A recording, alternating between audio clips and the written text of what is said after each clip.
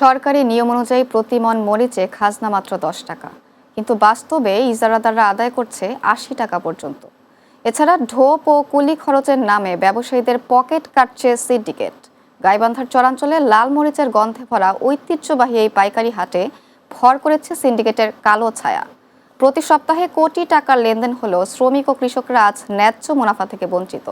বিস্তারিত জানাচ্ছেন মাসুদ হাসান। গাইবান্ধার বিস্তীর্ণ চরাঞ্চল, এখানে রয়েছে লাল মরিচের গন্ধে ভরা এক ঐতিহ্যবাহী পাইকারি হাট।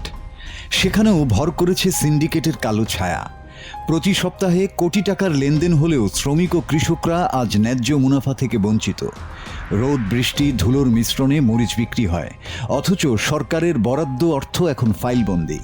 প্রতি হাটে প্রায় 800 থেকে 1000 মণ মরিচ কেনাবেচা হলেও বর্তমানে এই বিশাল কর্মযজ্ঞ অনিয়ম আর ইজারাদারদের সিন্ডিকেটের কবলে পড়ে পঙ্গু হতে বসেছে।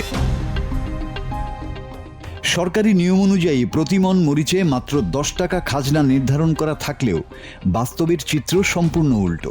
ইজারাদাররা ক্ষমতার দাপটে ক্রেতাদের কাছ থেকে আদায় করছে 80 টাকা পর্যন্ত। হাটে মরিচ বিক্রি করতে আসা কৃষকদের জন্য কোনো নগদ খাজনা না থাকলেও কৌশলে টাকা হাতিয়ে নিচ্ছেন ইজারাদাররা। ওজনে প্রতি মণে 1 কেজি করে মরিচ রেখে দেয়া হচ্ছে, যার বর্তমান বাজার মূল্য প্রায় 300 টাকা। অর্থাৎ খাজনা ফ্রি থাকলেও কৃষকের পকেট থেকে 300 টাকাই খসে পড়ছে। গরম দুর্নীতি, অন্য কোনো বহু জাত আমরা হাট করি, পঞ্চগড়ের দিকে করি, এদিকে তোমার হলে যত হাট আছে বাংলাদেশ সব হাটই করি, কিন্তু এটকেল তুললো দুর্নীতি কোনো জায়গাতেই নাই।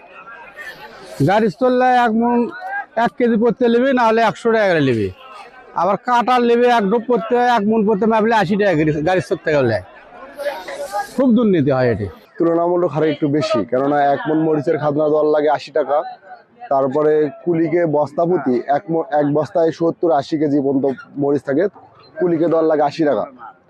আর হচ্ছে এমনিতেই বস্তা খরচ, এমনি আনুষঙ্গিক এগুলো খরচ একটু খরচ হয়। আমাদের মন করায় প্রায় অ্যাভারেজে আমাদের কিনে লাভ যারা ব্যবসায়ী তাদের খরচ 160 টাকা 70 টাকার মতন 1 মণ মরিচে খরচ পড়ে আর কি।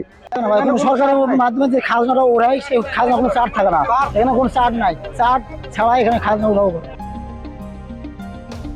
ঐতিহ্যবাহী এই হাটের হারানো গৌরব ফিরিয়ে আনতে এবং চরাঞ্চলের প্রান্তিক কৃষকদের স্বার্থ রক্ষায় প্রশাসনের কঠোর হস্তক্ষেপ এখন সময়ের দাবি। সচেতন মহল মনে করছেন দ্রুত স্থায়ী অবকাঠামো নির্মাণ এবং সরকারি রেট চার্ট অনুযায়ী খাজনা আদায় নিশ্চিত করতে ভ্রাম্যমাণ আদালতের অভিযান প্রয়োজন। দুর্নীতির বিরুদ্ধে জিরো টলারেন্স নীতি গ্রহণ করলেই কেবল রক্ষা পাবে উত্তরের এই অর্থনৈতিক প্রাণকেন্দ্র এবং স্বস্তি ফিরবে মরিচ চাষিদের মনে। সরকারি নির্ধারিত ফি হচ্ছে আপনার শুকনো এবং কাঁচামরিচ, এটা হচ্ছে দোকান প্রতি 8 টাকা, যেটা মূল্য তালিকার ভিতরে বলা আছে। আমার কাছে মূল্য তালিকা আছে, আপনার হলো মূল্য তালিকা আছে। মূল্য তালিকা থেকে এখানে বলা আছে যে হাট বাজার মূল্য তালিকা শুকনো এবং কাঁচামরিচের জন্য যারা মানে চর থেকে যারা মরিচ নিয়ে আসছেন, এটা এক একটা ব্যক্তি বিশেষ, এক একটা দোকান, ওনারা দোকান প্রতি 8 টাকা দিবে। আর যারা অন্যত্র থেকে মরিচ কেনার জন্য আসছেন যারা পাইকার, সেটার বিষয়ে মূল্য তালিকা বলা আছে। শুকনো এবং কাঁচা মরিচের ক্ষেত্রে ওনারা দিবেন হচ্ছে মণ প্রতি, অর্থাৎ 40 কেজি মণ প্রতি দিবে 10 টাকা। এর বাইরে কেউ ইজারদার যারা হাট ডেকে নিয়েছেন তারা অতিরিক্ত হিসেবে কখনোই দাবি করতে পারবে না, আর দাবি করলে সেটা আপনার হচ্ছে আইন বিরোধী কাজ হবে। যেটাকে হ্যাঁ লাগানো নাই, এ বিষয়ে ওই যখন ওনারা কি বলে যায় এই হাট ইজারা নেয়, যখন ওনারা চুক্তিবদ্ধ হয়, সেই চুক্তিবদ্ধ ওখানে একটা ক্লোজ আছে যে ওনারা নিজের দায়িত্বে সরকার নির্ধারিত 1432 সালের জন্য যে নির্ধারিত মূল্য তালিকা, এটা দৃশ্যমান জায়গায় ওনারা নিজ দায়িত্বে এটা টাঙিয়ে দেবে। তো যাই হোক, ওনারা এটা টাঙ্গার নাই, ওদেরকে বলা হয়েছে ওনারা আগামীকালের মধ্যে এটা টাঙ্গাই দেবে।